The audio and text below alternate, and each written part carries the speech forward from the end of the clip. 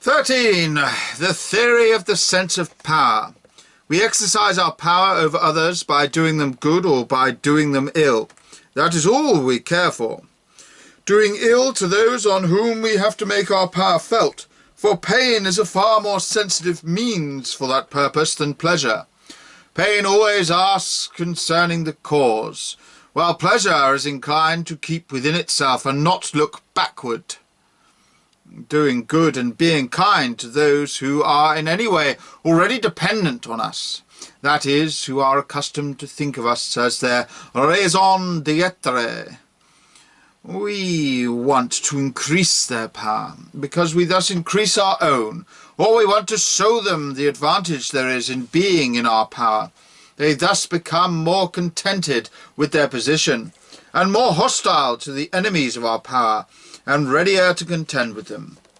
If we make sacrifices in doing good or in doing ill, it does not alter the ultimate value of our actions, even if we stake our life in the cause, as martyrs for the sake of our church.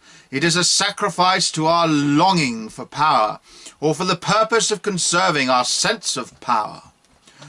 He who under these circumstances feels that he is in possession of truth, how many possessions does he not let go in order to preserve this feeling?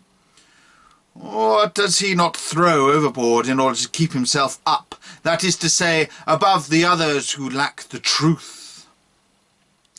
Certainly the condition we are in when we do ill is seldom so pleasant, so purely pleasant, as that in which we practice kindness. It is an indication that we still lack power, or it betrays ill humour at this defect in us. It brings with it new dangers and uncertainties as to the power we already possess, and clouds our horizon by the prospect of revenge, scorn, punishment, and failure. Perhaps only those most susceptible to the sense of power and eager for it will prefer to impress the seal of power on the resisting individual.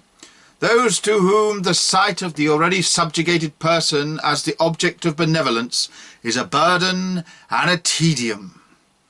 It is a question how a person is accustomed to season his life. It is a matter of taste whether a person would rather have the slow or the sudden, the safe or the dangerous, and daring increase of power. He seeks this or that seasoning always according to his temperament. An easy booty is something contemptible to proud natures. They have an agreeable sensation only at the sight of men of unbroken spirit who could be enemies to them, and similarly also at the sight of all not easily accessible possession. They are often hard toward the sufferer, for he is not worthy of their effort or their pride, but they show themselves so much the more courteous towards their equals, with whom strife and struggle would in any case be full of honour. If at any time an occasion for it should present itself, it is under the agreeable feelings of this perspective that the members of the knightly caste have habituated themselves to exquisite courtesy toward one another. Pity is the most pleasant feeling in those who have not much pride, and have no prospect of great conquests. The easy booty, and that is what every sufferer is for them an enchanting thing. Pity is said to be the virtue of the gay lady.